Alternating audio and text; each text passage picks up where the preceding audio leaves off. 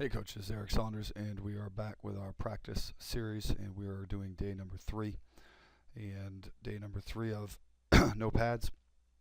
So we're just going to quickly walk through this, hopefully give you a few ideas, and we're working our way towards the real deal with hit and all that good stuff. So we start every day with stance and starts, dynamic warm-ups. We've covered that one in the first 2. We do a beat block, which is on the YouTube channel. This is team tackling. For us, no pads here, so we're not in independence. Excuse me, voice is a little messed up from practice. We do a pursuit angle drill where our players come across the line of scrimmage.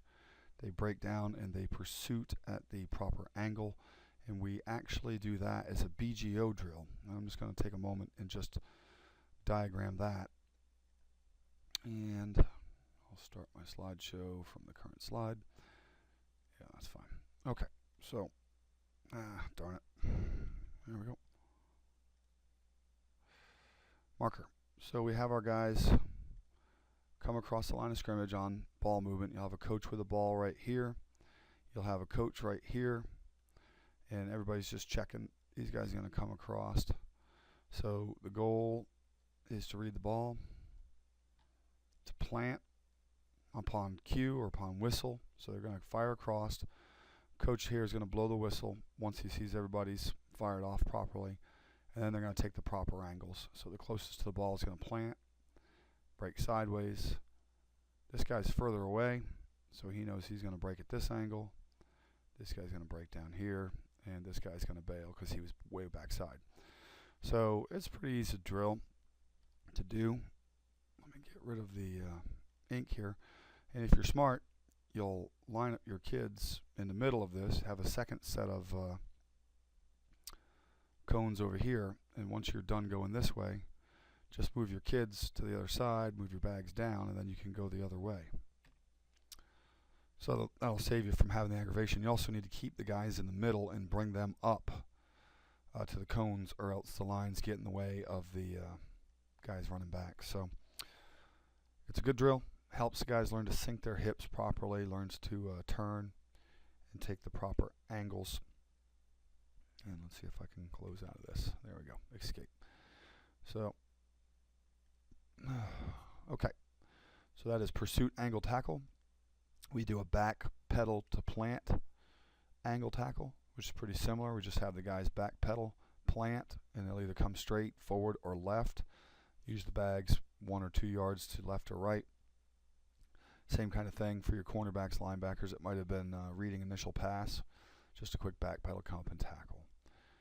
We went to our offensive breakout, and we worked on our bubble and smoke screens, a little bit of passing for our quarterbacks, flankers, and our running backs. And I'll draw that one out real quick.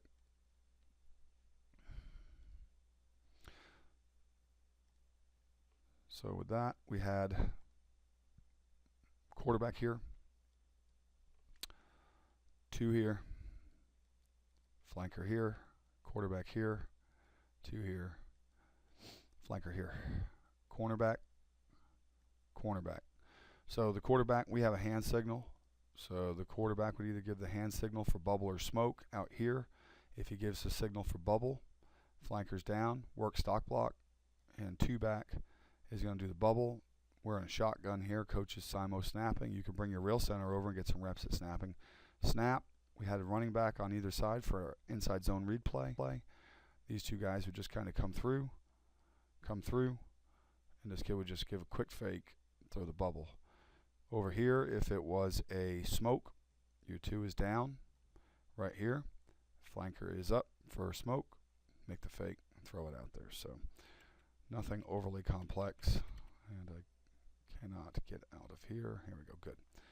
All right. So, and we took a few minutes to just run our passing drill there and get the kids. This, I think, was one of the first times they really got a lot of good work as a group doing the passing.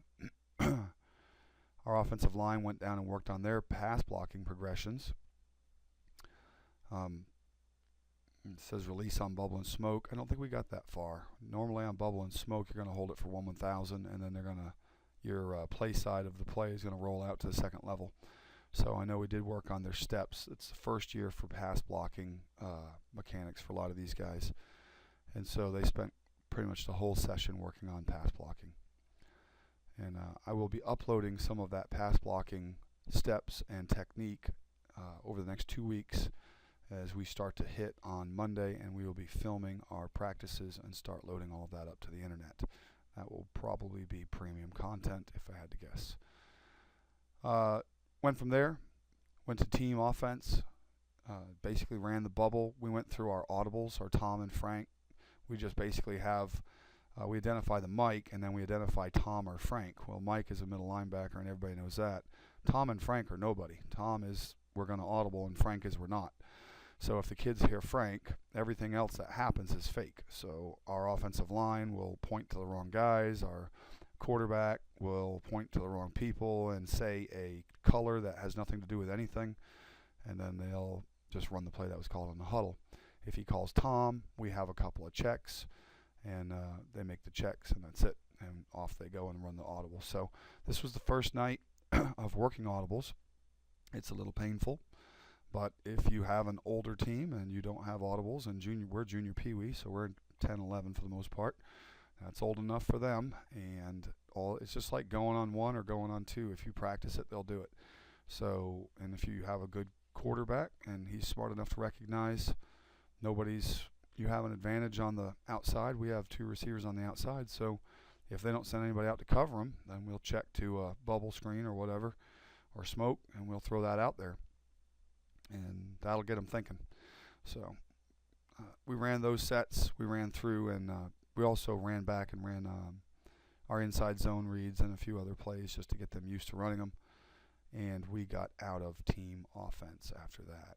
So our defensive breakout, the defensive tackles went down and worked on their beat blocks, staying low. We did the old under dummy drill where they just got to fire underneath. And we did a continuation of the beat block and then trying to basically break lateral again. Our defensive tackle group is usually a group that is going to need to really focus on their technique a lot. We send, a lot of times this is where we're going to put some of our newer players. So they're going to get a lot of the same kind of stuff night in and night out. Of course, we work rip, swim, all the bull rush, that kind of thing in that series. The linebackers and DBs went to hit and shed.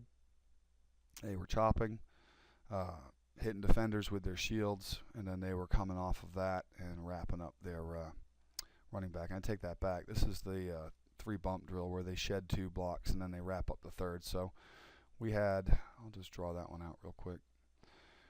We had marker. We have a defender with a shield here, a defender with a shield here, 2 tackle dummies, and a actual player standing here. And you have your line of players like this. Player, defender 1 with shield comes up, punch, push him off. Player 2 comes up, punch, push him off, run up. This guy jumps and he wraps him up, and then they switch. He goes to the back of the line. He's a new defender. We leave these 2 guys here for about 4 or 5 sets, and then they get back in line. So pretty good little drill. Just basically it's a hand drill, so just to get them moving in the right direction. All right, back over here. Once we got done with that, we did sideline tackle drills and covered working with the sidelines, going from basically, we put a cornerback out there and we used a linebacker as well, so it was a 2-on-1, and we ran it both ways. So we have linebacker, linebacker, cornerback, cornerback, running back, running back. Running backs, we just put a little tackle dummy just to make sure they didn't cut back too soon. So they did have to run to the alley. Sideline, sideline. Running back's coming out, and he can do anything he wants once he clears this. He can cut back. Cornerback has to come up, keep outside, contain. Linebacker has to trail inside shoulder and basically make sure that this kid comes in. We do not let him cut back. And this guy's, if he does cut outside, we're going to push him out. If he can manage to beat the cornerback, which our running backs can, and keep going, then the linebacker's got to be there and use the sideline to push him out.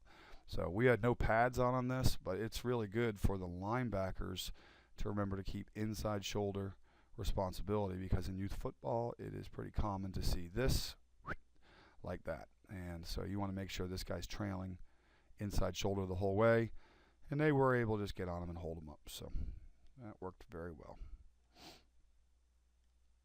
And we will escape from that. And I believe that takes us through our defensive independent drills, which we did a little later in the night, and we were on to conditioning. So it was a pretty light night, actually.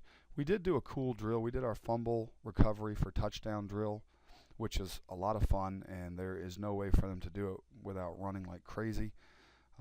I have that on YouTube, if I'm not mistaken. Let me just come up here and see where that might be and see if I can show a quick video of it. I'm struggling with my fumble recovery, pursuit, angle tackle. Of course, we didn't have pads on last night, so I'll have to skip this. But if I play this video, you'll get the gist of it, and we'll skip that. And so the gist is the kid tries to pick up the fumble, and these guys are just coming and tackling.